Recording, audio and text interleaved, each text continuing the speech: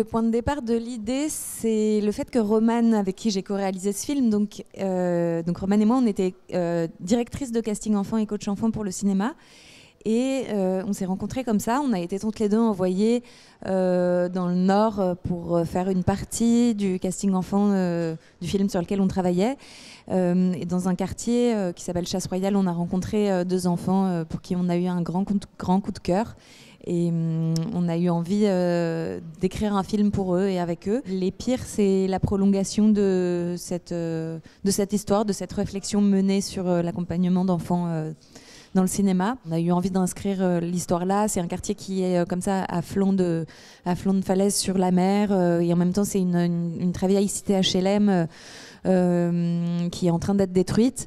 Et tous les immeubles sont un peu de toutes les couleurs. Enfin, il y a quelque chose comme ça de très poétique, de très cinématographique dans ce quartier. Et c'est un film qui interroge la responsabilité qu'on a en tant qu'adulte quand on accompagne des enfants et quand on invite des enfants qui n'ont rien demandé à faire du cinéma, qui interroge aussi les limites de ce qu'on peut faire et de ce qu'on peut pas faire avec eux, qui interroge la légitimité aussi qu'on a à raconter ces existences-là quand on vient pas de ce milieu.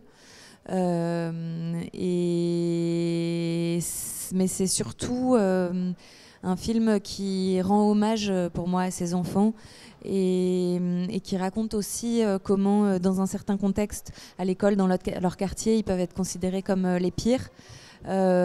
Mais comme à d'autres endroits, quand aussi on leur offre la possibilité de s'exprimer artistiquement, comme d'un coup ils peuvent devenir les meilleurs à cet endroit-là, les héros.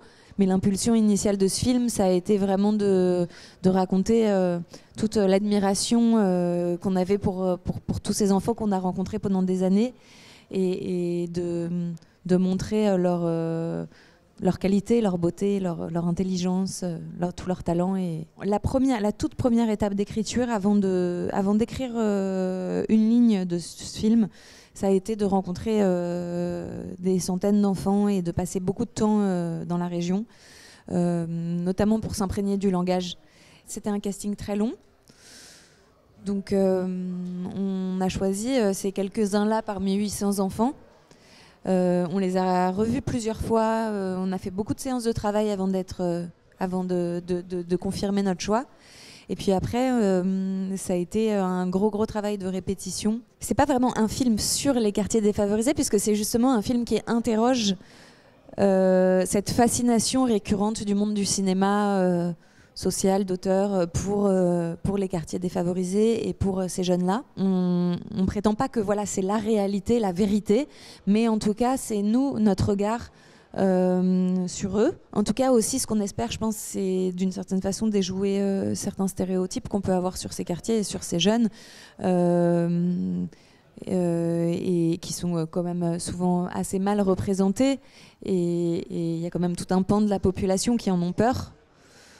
Donc voilà, ça c'est aussi pour moi ce qui compte dans ce geste-là.